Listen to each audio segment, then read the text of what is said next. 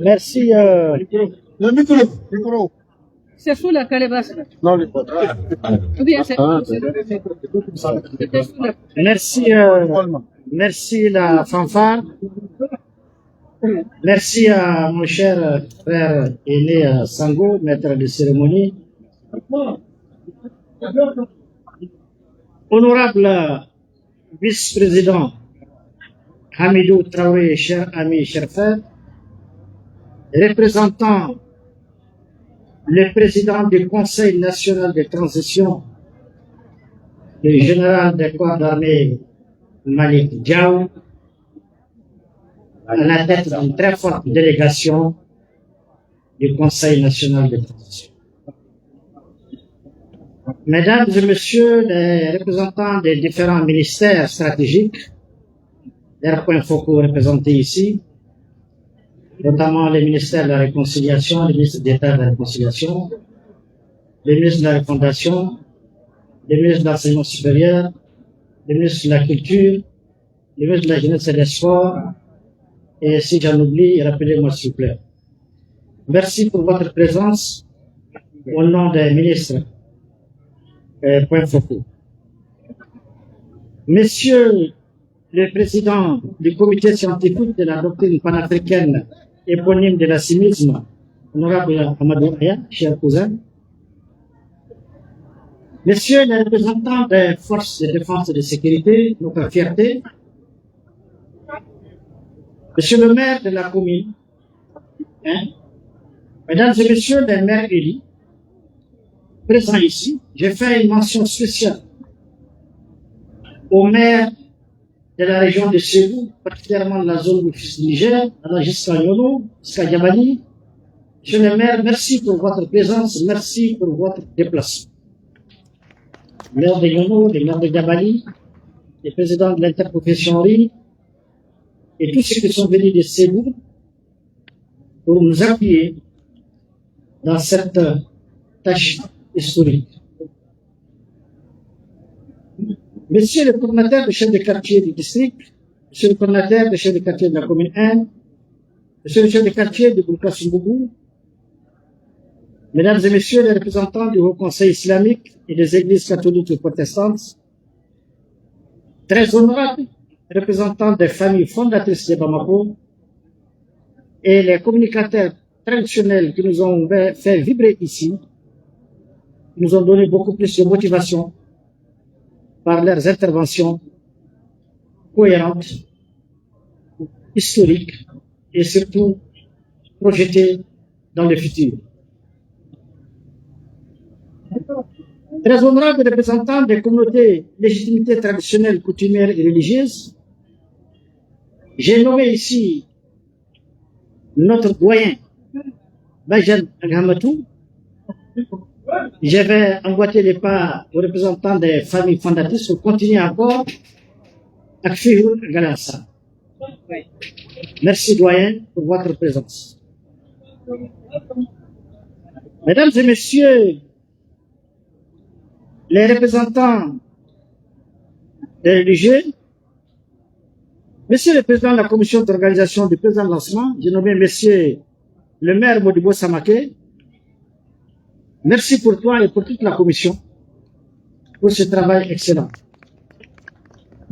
Mesdames et messieurs les représentants des organisations et associations de jeunes et des femmes, mesdames et messieurs les représentants de la presse écrite en ligne, audiovisuelle, mesdames et messieurs les experts du comité scientifique et personnes ressources, honorables invités, je crois que vous les avez vus avec le président du comité scientifique autour de ce pupitre.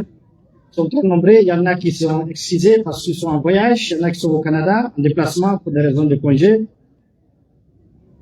Mesdames et messieurs, je voudrais annoncer la présence d'une très forte délégation qu'il faut applaudir venant de Bougouni. Forte qu'il de maire qui est venu spécialement pour participer à cet événement historique. Mesdames et messieurs les chercheurs universitaires, intellectuels, leaders d'opinion, représentants de la société civile, chers invités, c'est avec un profond sentiment de responsabilité et d'espérance que nous procédons aujourd'hui au lancement officiel des activités du comité scientifique de la doctrine panafricaine éponyme de la sémisme.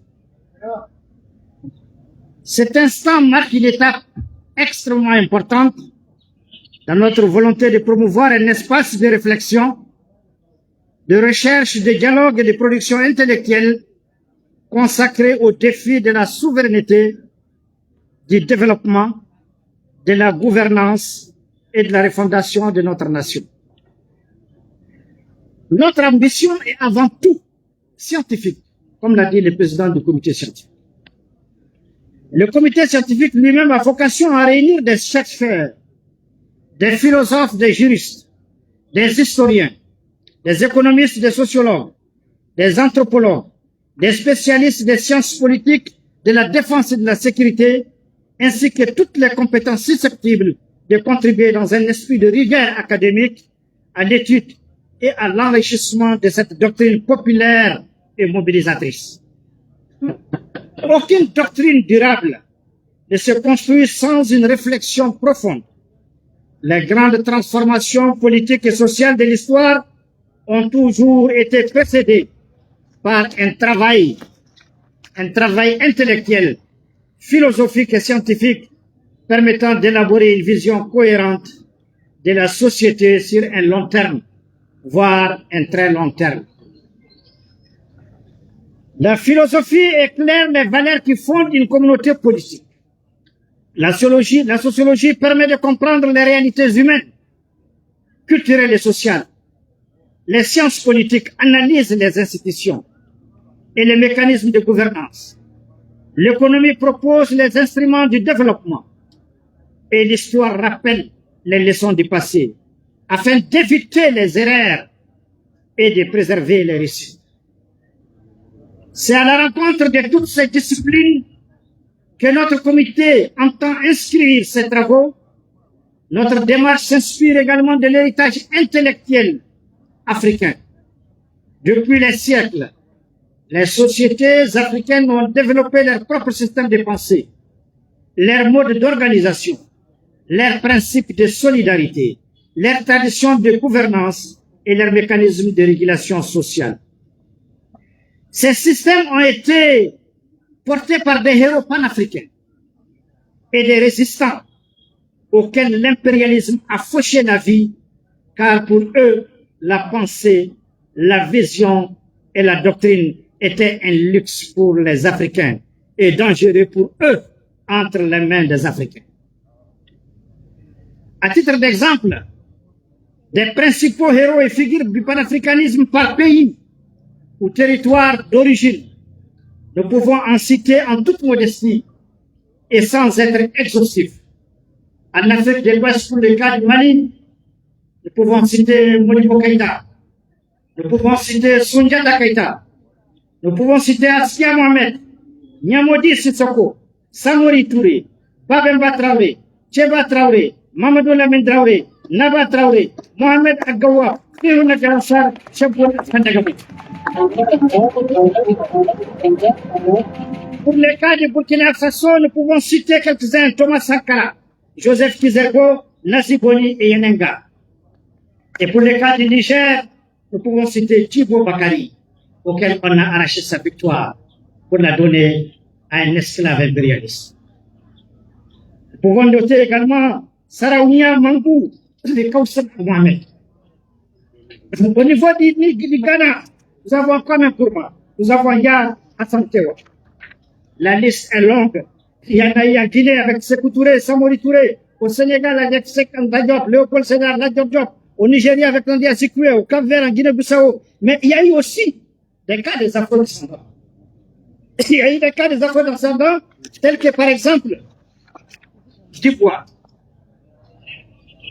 les Jamaïcains Marcus Garvey, Henry Silver Muslia, George Padmore, Seller James, et il y a eu les Martiniquais Aimé Césaire et France Fallon. Ils sont nombreux. Tout ceci à cause de l'impérialisme criminel, prédateur, condescendant, n'ont pas pu faire naître ces doctrines, ces visions africaines. ces objectifs africains, aujourd'hui nous pensons qu'avec notre génération, la génération portée par un homme, j'ai nommé le général d'armée Assimi Goïta, et je vous dis, vous basculez, cette génération aujourd'hui, dont le peuple est debout, le peuple est conscient, pourra amener très loin le Mali, l'AES et l'Afrique pour le bonheur des Africains. J'en suis convaincu. Il suffit d'en être conscient et de mener la bataille autour des héros que Dieu nous a donnés. C'est pourquoi, par devoir, cette classification montre que le panafricanisme est un mouvement né à la fois en Afrique et au sein de la diaspora africaine, avant de devenir un projet politique et intellectuel porté par de nombreux dirigeants et penseurs du continent, qui ont été sauvagement combattus et anéantis par les différentes oligarchies impérialistes condescendantes et prédatrices. Ce patrimoine constitue une richesse qu'il convient d'étudier, de préserver et d'adapter aux exigences du monde contemporain pour un Mali prospère dans une AES croissante pour une Afrique désormais consciente. La refondation d'une nation souveraine et indépendante ne peut reposer uniquement sur des réformes institutionnelles. Elle exige également une vision, une doctrine, une équipe de gouvernance et un projet collectif capable de mobiliser les citoyens autour d'objectifs communs, ce qui garantira nos réformes et les cimentera. L'assimisme, une doctrine éponyme comme le marxisme, le léninisme, le maoïsme, le gandhisme, le kémalisme, la voie de Heidegger, etc. L'assimisme se présente comme une doctrine éponyme, c'est-à-dire une doctrine qui tire son nom de la personnalité à laquelle elle est rattachée, à l'instar du marxisme, du léninisme, du maoïsme, du gandhisme, ou encore du kémalisme. À la différence des doctrines non éponymes, les doctrines éponymes ont souvent pour caractéristique de s'articuler autour d'une vision incarnée par un leader ou un fondateur. Cette incarnation peut favoriser la mobilisation des citoyens, donner une identité forte au projet collectif et contribuer à sa transmission au fil des générations. Dans le contexte de l'assimisme, une doctrine éponyme ne constitue pas seulement un corpus d'idées. Elle représente également un facteur de cohésion, d'engagement et de mobilisation autour d'un idéal commun, lorsqu'elle s'enracine dans les réalités historiques, culturelles et sociales d'un peuple. Elle peut, selon ses promoteurs, accompagner durablement la construction de l'État, renforcer la souveraineté nationale et inspirer les politiques publiques. L'ambition de l'assimisme est ainsi de proposer un cadre doctrinal populaire, mobilisateur et fédérateur au service de la refondation, de l'indépendance, de la souveraineté, du développement et de la dignité des peuples africains. En s'inscrivant dans une réflexion scientifique, philosophique, sociologique et politique ouverte à la recherche, au débat et à l'amélioration continue. L'histoire mondiale montre que plusieurs grandes nations se sont construites en s'appuyant sur des courants de pensée, des doctrines politiques, des philosophies nationales ou des projets idéologiques qui ont orienté leurs institutions, leurs politiques publiques et leur développement. Chaque pays a cependant suivi son propre chemin en fonction de son histoire, de sa culture et de ses choix démocratiques. Notre responsabilité consiste donc à produire une réflexion adaptée aux réalités maliennes, sahéliennes et africaines fondée sur l'observation, la recherche, l'analyse critique et les débats scientifiques. Le comité scientifique aura notamment pour mission conduire des recherches interdisciplinaires sur la doctrine d'assimisme, organiser des colloques, conférences, séminaires et ateliers scientifiques dont la plupart se dérouleront ici, dans ce QG, votre QG. Publier des ouvrages, rapports, revue et travaux de recherche, favoriser les dialogues entre universitaires, institutions publiques et sociétés civiles, contribuer à la formation civique et intellectuelle des jeunes générations, encourager les échanges avec les centres de recherche africains internationaux. Notre objectif n'est pas de figer une pensée, mais de favoriser un travail intellectuel permanent, ouvert à la critique argumentée, à l'amélioration continue et à l'évolution des connaissances.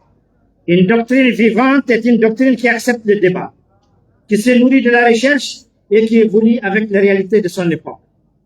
Je lance aujourd'hui un appel à toutes les intelligences africaines, aux chercheurs, aux universitaires, aux étudiants, aux penseurs, aux écrivains et aux experts, afin qu'ils prennent part à cette œuvre de réflexion collective. Ensemble, faisons de ce comité scientifique un véritable laboratoire d'idées au service de la souveraineté, de la paix, de la justice, du progrès social et du développement durable. Que la science éclaire notre action, que la philosophie inspire notre vision, que la sociologie nous rapproche des réalités de nos populations et que notre engagement commun contribue à bâtir un Mali toujours plus fort, plus souverain, plus uni et résolument tourné vers l'avenir. C'est ainsi que je déclare officiellement lancer les activités du comité scientifique de la doctrine panafricaine éponyme de l'Assimi. Je salue la présidence et l'ensemble du gouverneur Konadé, et je vous prie d'acclamer. Mon cher ami, merci pour votre présence. On dit quand on est gouverneur à vie. Merci, monsieur le gouverneur. Merci à tous ceux que j'aurais pu oublier pour votre présence. Merci, mon cher ami Mohamed Guindo Olivier. Merci pour ta présence. Je vois que le professeur Moussa Touré est arrivé en clando, alors que c'est un des gros géniteurs, si on veut l'appeler, de la doctrine. Professeur, levez-vous parce que vous avez parlé pour vous saluer. Professeur Younous Touré. Bravo. Donc, ceci étant, je vous remercie de votre aimable attention. Que Dieu bénisse le Mali, que Dieu bénisse notre armée, que Dieu bénisse toute autorité. Je ne terminerai pas sans vous dire d'observer, levez-vous une minute de séance en communion et une pensée pour nos victimes, tous ceux qui sont morts dans cette guerre, et une pensée pour bénir également nos femmes et nos autorités. Une minute. Merci.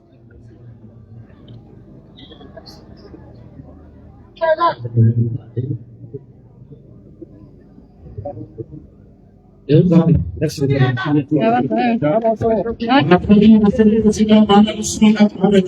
va,